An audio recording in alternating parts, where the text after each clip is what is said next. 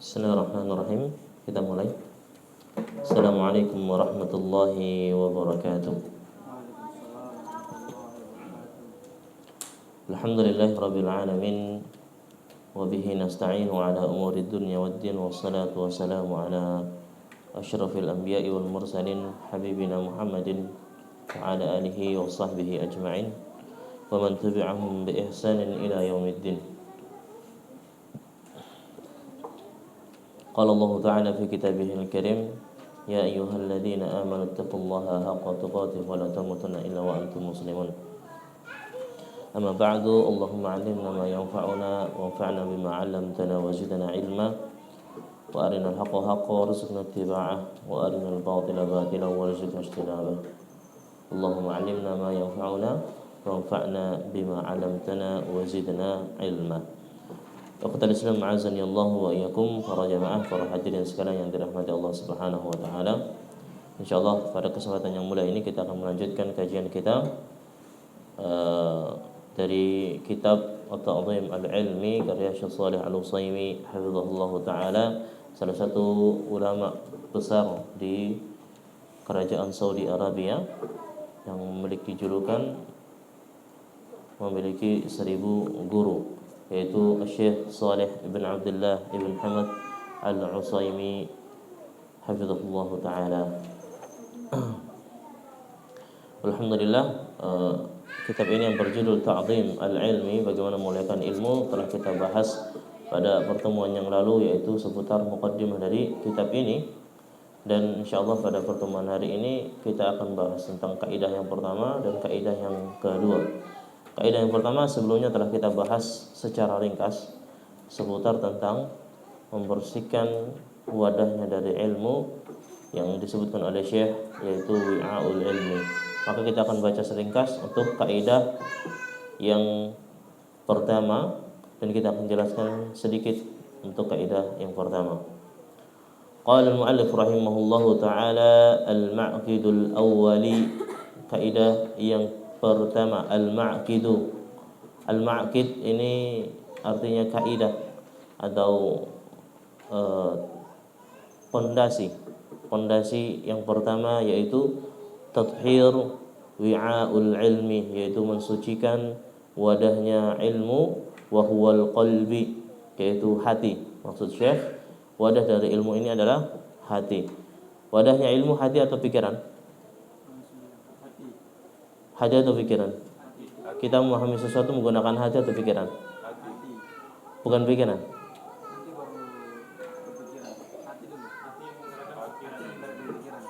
Hati yang menggerakkan pikiran.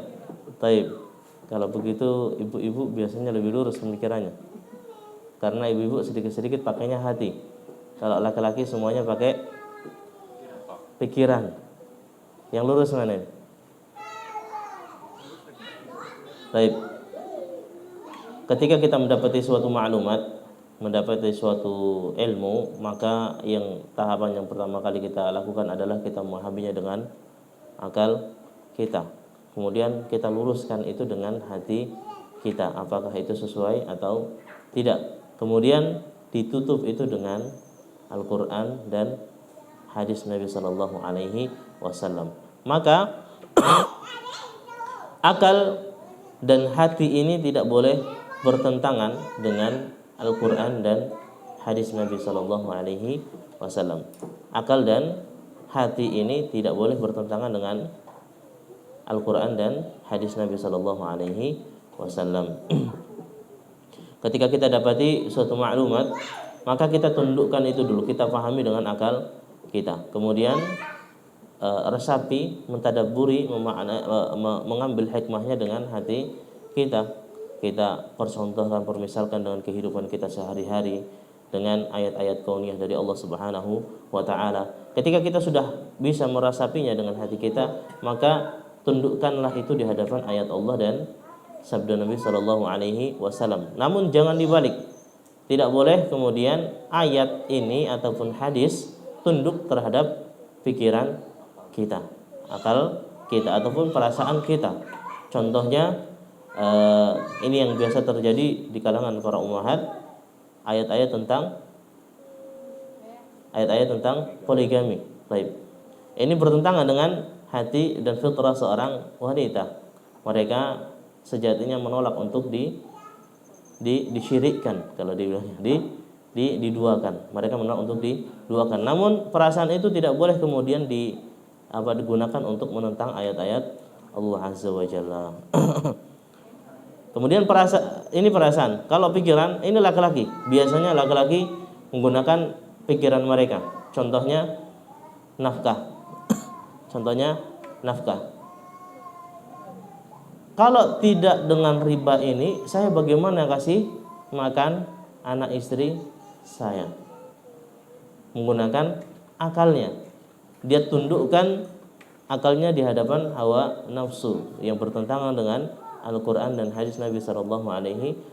Maka akal ini pun harusnya kita tundukkan di hadapan ayat-ayat Allah. Tidak boleh kemudian kita tunduk di hadapan hawa nafsu. Maka akal ini pun harus diluruskan dengan hati, kemudian diluruskan, dibenarkan dengan ayat-ayat Allah. Jangan dibalik, ayat Allah yang harus diluruskan oleh akal, tapi akal yang harus diluruskan oleh ayat Allah. Harus tunduk di hadapan nas-nas syar'i.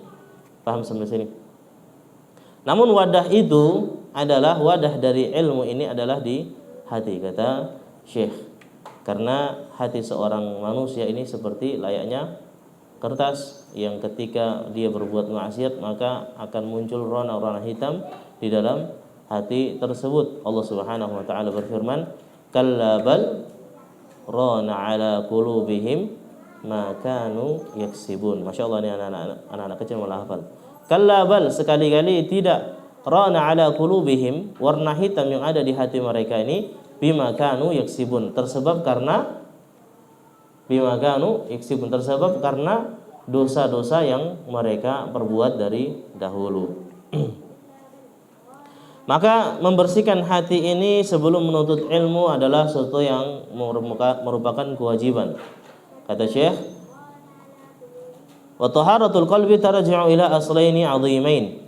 Membersihkan hati ini kembali kepada dua usul yang utama yang kita sempat tuliskan. Yang pertama adalah taharatuhu min najasati asyubhat, membersihkan hati dari perkara syubhat dan membersihkan hati dari perkara syahwat. Ini yang dituliskan oleh Syekh Shalih Al-Utsaimin hafizahullah taala. Adapun yang dituliskan oleh Al-Imam Ibnu Qayyim Al-Jauziyah, beliau menuliskan tentang membersihkan hati ini dari 3 perkara. Yang pertama adalah membersihkan hati dari perkara syirik, yang kedua membersihkan hati dari perkara bid'ah, dan yang ketiga membersihkan hati dari perkara maksiat. Adapun yang dituliskan oleh Shalih Al-Utsaimin pada kesempatan ini adalah tentang syahwat dan syubhat. Dan 2 pintu ini harus kita waspadai karena saling berhubungan. Tidaklah seseorang jatuh ke dalam syahwatnya kecuali ada syubhat di dalam akalnya. Seseorang terjerumus di dalam syahwat dunia, yaitu riba. Kita contohkan. Kenapa dia bisa terjatuh di situ? Karena ada syubhat di kepalanya. Dia memahami bahwasanya bunga bank itu bukan riba. Paham? Seperti itu juga zina. Perkara ada syubhat di kepalanya, maka dia terjatuh di dalam dunia syahwat. Dia memahami bahwasanya Allah itu kan Maha Pengampun. Kalau saya tidak menjual hak diri saya bisa ngasih makan saya makan dari apa? Seseorang yang sering tunduk terhadap syahwatnya seperti ini karena perkara syubhat yang ada di otaknya. Dia memahami bahwasanya Allah itu Maha Pengampun. Karena Allah Maha Pengampun, maka tidak apa-apalah saya berzina, tunduk di hadapan nafsunya. Ini perkara karena syubhat. Maka 2 pintu ini harus diwaspadai. Wa idza kunta tastahi min nadhari makhluqin mithlika ila wuskhi thawbika fastahi min nadharillahi ila qalbik. Apabila engkau malu terhadap pandangan manusia, terhadap kusutnya, terhadap kotornya bajumu, maka harusnya engkau lebih malu lagi terhadap Allah Azza wa Jalla, di mana Allah mampu melihat hatimu. Allah melihat kotornya hati kita. Tadi yang kita sebutkan, kalla bal rana ala qulubihim ma kanu yaksibun. Sekali-kali tidak, rona, kotoran yang ada di hatinya ini tersebab karena apa yang mereka dahulu perbuat dari dosa-dosa dan maksiat. Dari sahabat Abi Hurairah radhiyallahu anhu, baginda sallallahu alaihi wasallam pernah bersabda, "Innallaha la yanzuru ila suwarikum wala a'malikum, walakin yanzuru ila qulubikum wa a'malikum." Allah tidak melihat dari seorang hamba itu tampilannya, suarnya, adab, dan tidak juga melihat dari banyaknya harta yang dia kumpulkan. Walakin yanzuru ila qulubikum wa a'malikum. Tapi Allah melihat dari hati seorang hamba dan amalan hamba tersebut. Ini penting. Hadis ini menggambarkan tentang bahwasanya hati dan amalan itu sinkron. Hati dan amalan itu sinkron. Baginda sallallahu alaihi wasallam mengatakan, walakin yanzuru ila qulubikum wa amalikum. Allah tidak hanya menilai kita dari hati kita, tapi Allah pun menilai amalan kita. Kenapa? Karena amalan kita adalah cerminan hati kita. Semakin kotor lisan kita, maka begitu juga hati kita. Kotornya mulut kita ini tersebab karena kotornya hati kita. Jeleknya amalan kita ini tersebab karena jeleknya hati kita. Maka amalan itu cerminan dari hati. Berhati-hatilah, karena amalan itu cerminan dari hati. Beratnya kita mengerjakan amal-amal soleh ini tersebab karena hati kita yang kotor. Maka penting untuk membersihkan hati. Diperhatikan dari hadis Nabi Shallallahu Alaihi Wasallam ini, bahwasanya amalan itu bergantung dengan hatinya juga. Tidak kemudian ini yang penting niatnya, yang penting hatinya. Padahal hadis ini bukan berbicara tentang hatinya saja, tapi amalan juga. Sebagaimana sebagian orang yang memahami tentang wajibnya jilbab. Yang penting itu bukan dirinya yang dijilbabi, hatinya dulu yang dikasih jilbab. Padahal ayatnya jelas, Allah memerintahkan hatinya yang dijilbabi atau orangnya yang memakai jilbab. Karena kesombongannya, apa hakikat sombong?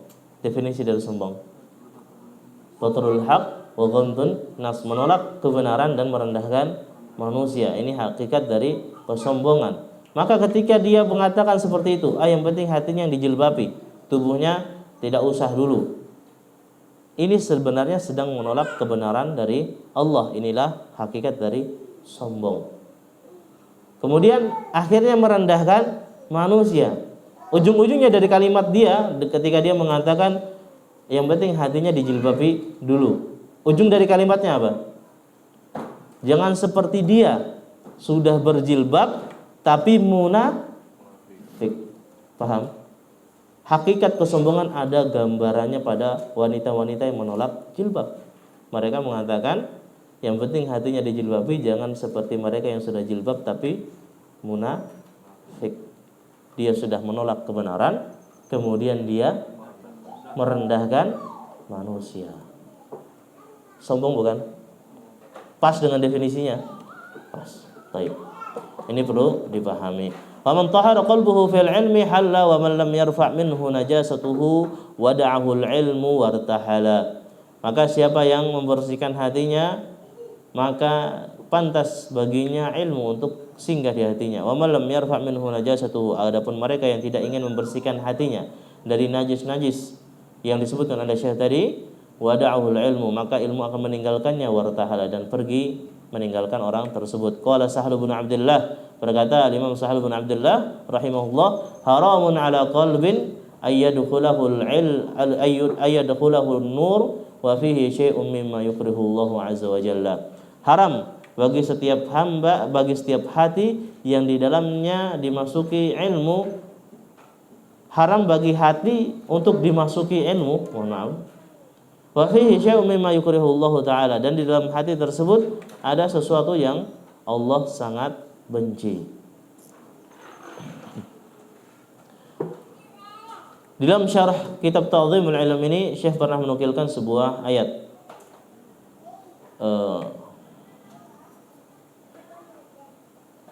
Beliau mengatakan pada sebuah ayat di dalam Quran surat Al-A'raf ayat 146, Allah Subhanahu wa taala berfirman, "Sa'asrifu an ayati alladziina yatakabbaruna fil ardi bighairil haqq." Saya akan jauhkan hati tersebut an ayati, dari ayat-ayatku, alladzina, orang-orang yang yatakabbaruna fil ardi bighairil haq, mereka yang sombong berjalan di atas muka bumi ini tanpa kebenaran di sisinya. Allah jauhkan orang yang sombong itu dari ayat-ayat Allah. Maksudnya apa? Maka di sini Al-Imam Sufyan Abu Uyainah rahimahullahu taala mengatakan, uharrimuhum fahmal Quran. Aku haramkan dari dirinya memahami Al-Quran. Dan ini yang disedihkan. Ayat ini turun ditujukan kepada mereka para penghafal Al-Quran. Hakikatnya hari ini begitu banyak penghafal Quran yang lisannya saja hafal Al-Quran, tapi jauh dari pemahaman Al-Quran. Kenapa? Karena kesombongan yang hinggap di hatinya. Karena dia hafid Quran, dia memandang rendah mereka yang tidak hafal Al-Quran.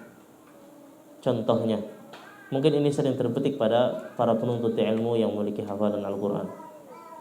Ketika dia sholat di suatu masjid dalam keadaan safar, didapati imam pada masjid tersebut bacaannya belepotan, maka terbesit di hatinya, saya lebih pantas berdiri menjadi imam daripada dia. Betulkah tidak ucapannya? Pada satu sisi itu betul, namun pada sisinya, kalau seandainya yang mengucapkan itu orang lain, mungkin dia betul. Namun sayangnya yang mengucapkan adalah dirinya sendiri. Maka dia telah jatuh pada merendahkan manusia, kesombongan. Maka jangan mengambil kesimpulan secepat itu.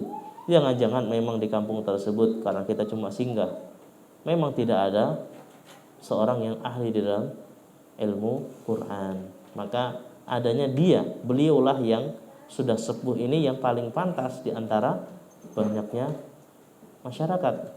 Jangan terlalu cepat mengambil kesimpulan. Apalagi kalau santri-santri nanti ini liburan, pulang liburan salat taraweh, yang baca taraweh belepotan, panjang pendeknya salah. Lantas di belakang santri ini menggerutu, walah mending saya. Akhirnya malas taraweh dengan dalih yang baca amburadul. Ini kesombongan. Ini kesombongan.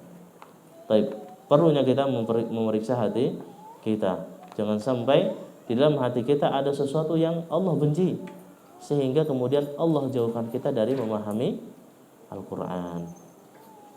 Baik, kaidah yang kedua, qala al-mu'allif rahimahullahu ta'ala, al-ma'qidu tsaniyu, kaidah yang kedua di dalam memuliakan ilmu, yaitu ikhlasun niyyah fihi, mengikhlaskan niat di dalam ilmu, di dalam menuntut ilmu.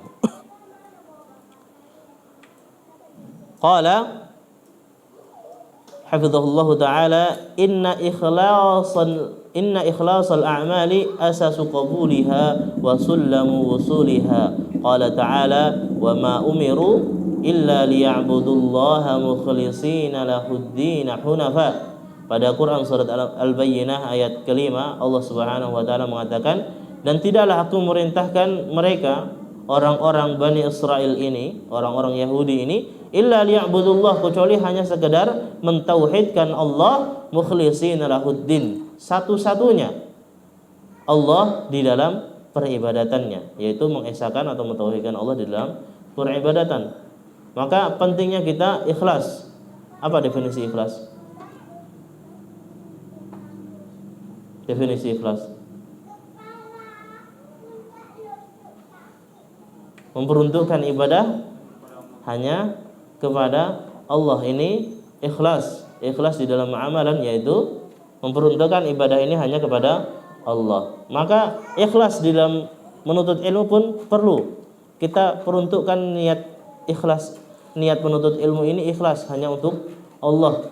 Jangan kemudian kita niatkan pada yang lainnya, seperti saya sudah ngaji, yang ini belum ngaji. Berkumpul dengan orang-orang yang ngaji, terus lantas merasa dirinya sudah soleh. Orang yang semakin banyak ngaji harusnya merasa bahwa dirinya semakin banyak dosanya, rendah di hadapan Allah. Bukan lantas merasa diri makin soleh, bukan merasa dirinya lebih pantas mendapatkan surga Allah. Seorang alim, para salafus soleh terdahulu, mereka senantiasa memeriksa ikhlas mereka. Mereka senantiasa memperbaiki hati mereka, karena perkara yang seperti ini berat. Ikhlas di dalam amalan itu tidak bisa diumbar. Mereka yang menggaungkan ikhlas, maksudnya sesumbar di dalam ikhlasnya, biasanya adalah orang-orang yang jauh dari kata ikhlas. Kita mohon kepada Allah Azza wa Jalla untuk didekatkan di dalam masalah ikhlas ini, karena perkara ikhlas ini termasuk amalan yang paling berat. Kata Syekh di sini, amalan itu bergantung pada keikhlasannya. Amalan itu bergantung pada niatnya, kepada ikhlasnya. Kalau semakin jauh dari ikhlas, maka semakin tidak diterima amalan tersebut oleh Allah. Karena Syekh mengatakan asasu qabuliha wa sullamu wusuliha. Karena ikhlas ini adalah tangga-tangga untuk menggapai ridha Allah Azza wa Jalla. Wa fi sahihain, diriwayatkan dari Imam Bukhari dan Imam Muslim dari sahabat Umar bin Khattab radhiyallahu taala anhu, anna Rasulullah sallallahu alaihi wasallam qala al-a'malu binniyah wa likulli imri'in ma nawa. Sesungguhnya amalan itu bergantung pada niatnya, wa likulli imri'in ma nawa. Maka setiap sesuatu bergantung pada apa yang diniatkannya. Wa ma sabaqa man sabaq wa la wasala man wasala minas salafis salihin illa bil ikhlasi lillahi rabbil alamin. Dan apa yang telah sampai kepada kita, berita-berita dari orang-orang terdahulu, dari orang-orang para salafus salih, kecuali mereka senantiasa memerintahkan untuk ikhlas kepada Rabbul Alamin. Qala Abu Bakr al-Marruzi rahimahullahu taala, sami'tu rajulan yaqulu li Abi Abdullah. Aku pernah mendengar Abi Abdullah, yaitu Al-Imam Ahmad bin Hanbal, pernah ditanya tentang masalah as-sidq wal ikhlas, jujur di dalam niat dan ikhlas. Maka Al-Imam Abu Abdullah Ahmad bin Hanbal rahimahullahu taala mengatakan bihadzal irtafa'al qaumu. Dengan dua ini, dengan kejujuran, amanah, menjalankan amanah, dan ikhlas di dalam beramal, sebab diangkatnya para salafus saleh terdahulu. Tersebab karena hatinya. Maka amalan-amalan para salafus saleh lebih utama dan lebih besar di sisi Allah ketimbang orang zaman ini. Kenapa? Tersebab karena ikhlasnya yang besar, tersebab karena kejujurannya di dalam menjalankan amanah. Wa innama yanalul mar'u al-ilma ala qadri ikhlasihi. Maka semakin besar ikhlasnya seseorang, semakin besar juga ilmu itu akan hinggap di dalam hati orang tersebut. Qadri ikhlasihi, semakin, maka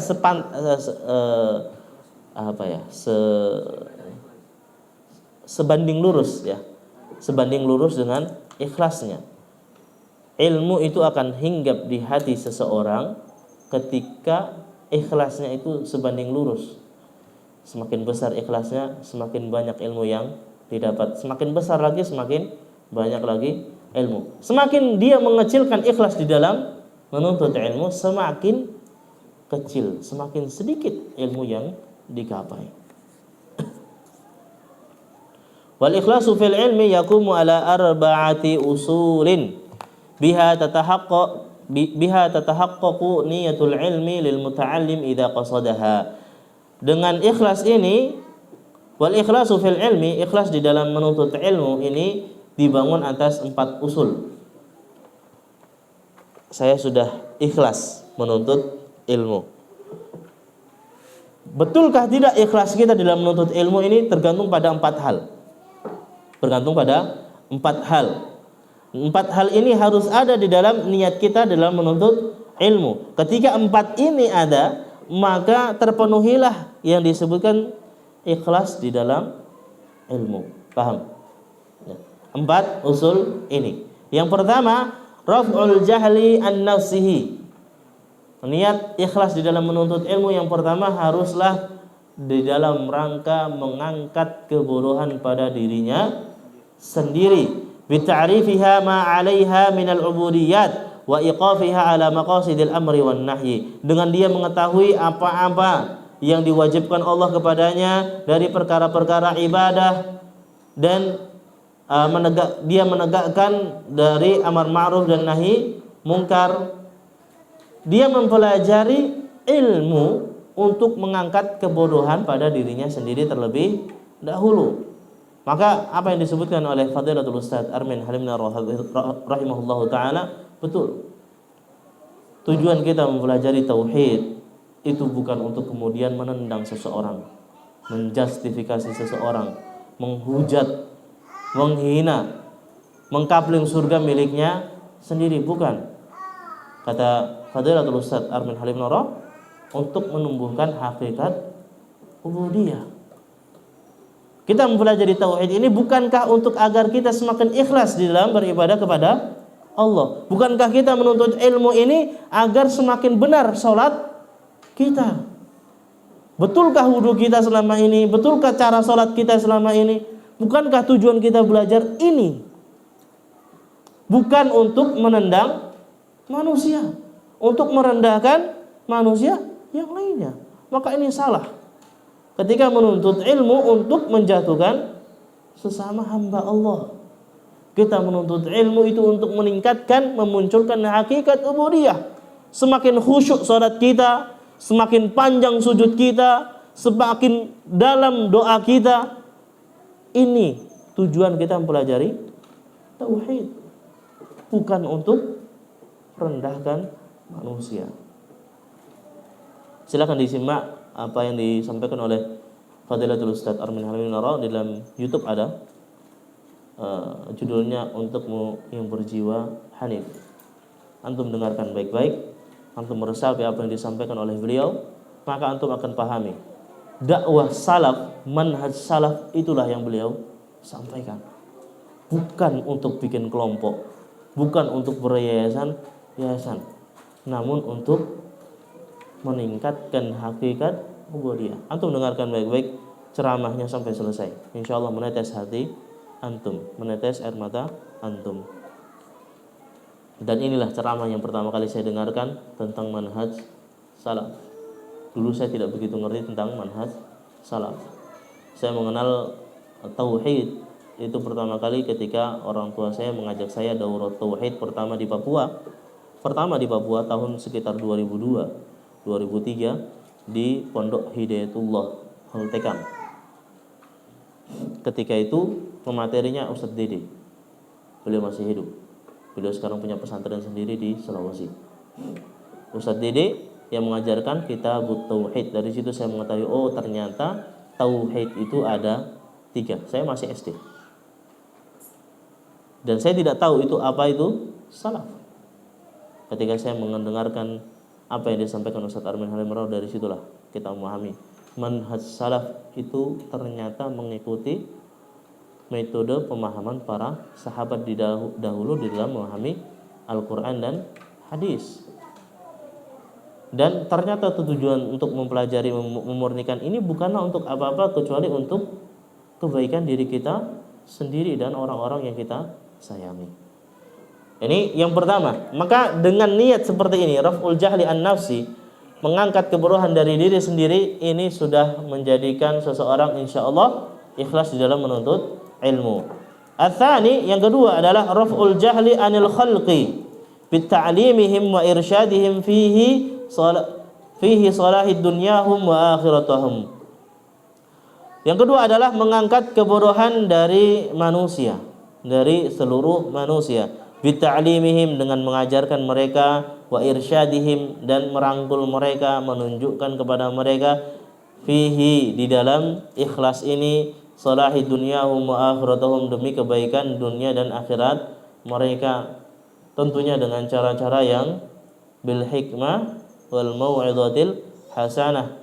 Dan di dalam masalah raf'il jahli anil khalqi, berdakwah ini, maka ada kaidah yang perlu kita terapkan, yaitu dalam firman Allah Subhanahu wa taala. Antum bisa buka di Google, di web juga ada banyak sekarang para ustadz menjelaskan tentang kaidah ini.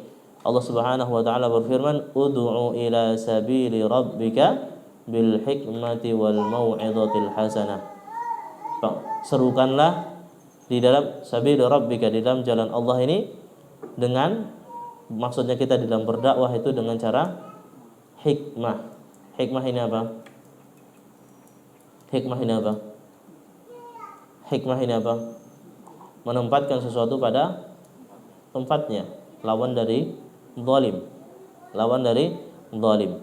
Kita hikmah di dalam menyampaikan sesuatu, wal mau'izatil hasanah, dan dengan mau'izah hasanah, dengan ucapan-ucapan yang baik. Mau'izah hasanah yang paling betul adalah dengan akhlak yang baik, husnul khulqi, perilaku, adab, akhlak yang baik. Ini bentuk dari mau'izah hasanah yang paling bagus.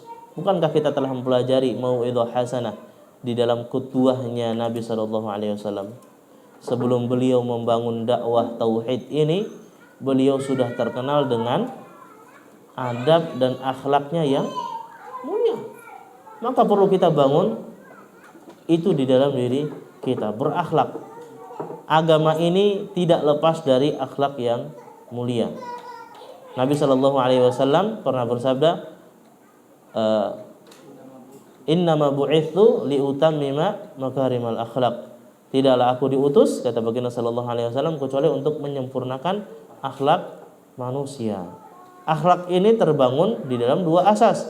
Akhlak kita, adab kita kepada Allah Azza wa Jalla, dan akhlak kita terhadap sesama manusia. Jangan kemudian kita akhlaknya baik di hadapan manusia, tapi kita menyekutukan Allah, ini pun sia-sia. Ats-tsalitsu, yang ketiga, di dalam niat ikhlas menuntut ilmu, ihya'ul ilmi, senantiasa menghidupkan ilmu, wa hifdzuhu minadh dhaya', dan menjaga ilmu tersebut dari kepunahan. Menjaga ilmu tersebut dari kepunahan. Dan ini suatu musibah ketika Allah mengangkat ilmu dari suatu kaum, dan itu musibah di atas musibah. Musibah yang sangat berat ketika kita merasa di atas kebenaran padahal kita di atas kejahilan ataupun kebatilan. Maka kita hidupkan ilmu ini. Dan yang keempat adalah al-amalu bil ilmi, yaitu mengamalkan ilmu. Mengamalkan ilmu tersebut. Dengan empat ini maka seseorang sudah insya Allah dikatakan ikhlas di dalam menuntut ilmu. Dan biasanya para penuntut ilmu gagal di tahapan yang keempat.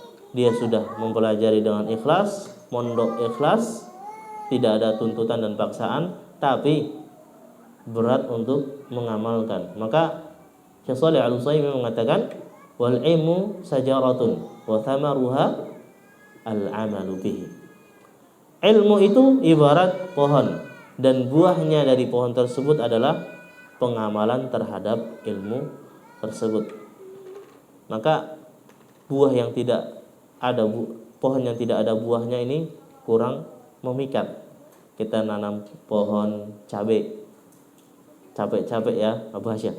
nanam cabai, nanam apa? Merica. Ya, orang Sulawesi bilang merica. Ya, nanam merica, tapi pohonnya lebat, tidak ada buahnya. Indah tidak dipandang?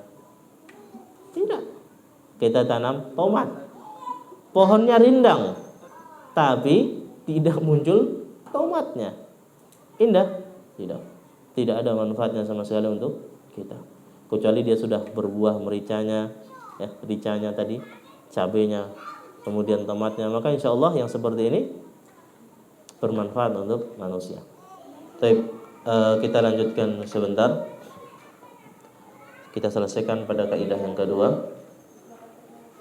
Setelah Syekh menyebutkan 4 asas usul di dalam niat ikhlas di dalam menuntut ilmu, beliau mengatakan wa qala al-muallif hafizahullahu taala wa laqad kana as-salafus salih rahimahumullah. Dahulu para salafus salih, semoga Allah merahmati mereka semua, yakhafuna min fawatil ikhlas fi talabihil ilmu fi talabihimul ilmi, yaitu mereka sangat takut untuk kehilangan ikhlas di dalam menuntut ilmu. Fayatawarra'una an iddi'aiha, mereka wara', mereka enggan untuk mengaku ikhlas tersebab karena takut kehilangan ikhlas, maka mereka tawarra', mereka wara' di dalam mengaku bahwa dia sudah ikhlas. La annahum yuhaqqiquhu fi qulubihim, bukan karena mereka tidak menjalankan ikhlas di hati mereka, tapi mereka takut kehilangan ikhlas itu sendiri. Sebagaimana Allah Azza wa Jalla mencontohkan kepada kita pada Quran surah Al-Ikhlas. Allah Subhanahu wa taala berfirman, "Qul huwallahu ahad, Allahus samad, lam yalid wa lam yulad wa lam yakul lahu kufuwan ahad." Ada kalimat ikhlas di dalam surat ini? Tidak ada. Tapi kenapa disebutkan surah ini dengan surah Al-Ikhlas? Ayo, turun ya. Turun. Ya, bismillah.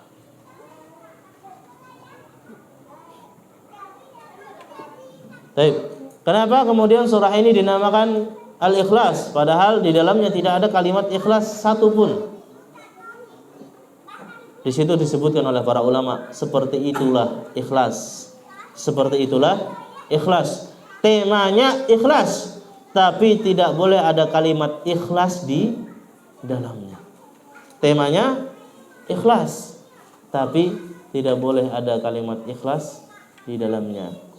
Karena perkara ikhlas ini perkara yang berat. Jangan mengaku-ngaku sesumbar tentang ikhlas. Su'ila Imam Ahmad, pernah ditanyakan kepada Imam Ahmad rahimahullah, hal talabtal ilma lillahi ta'ala, apakah engkau telah menuntut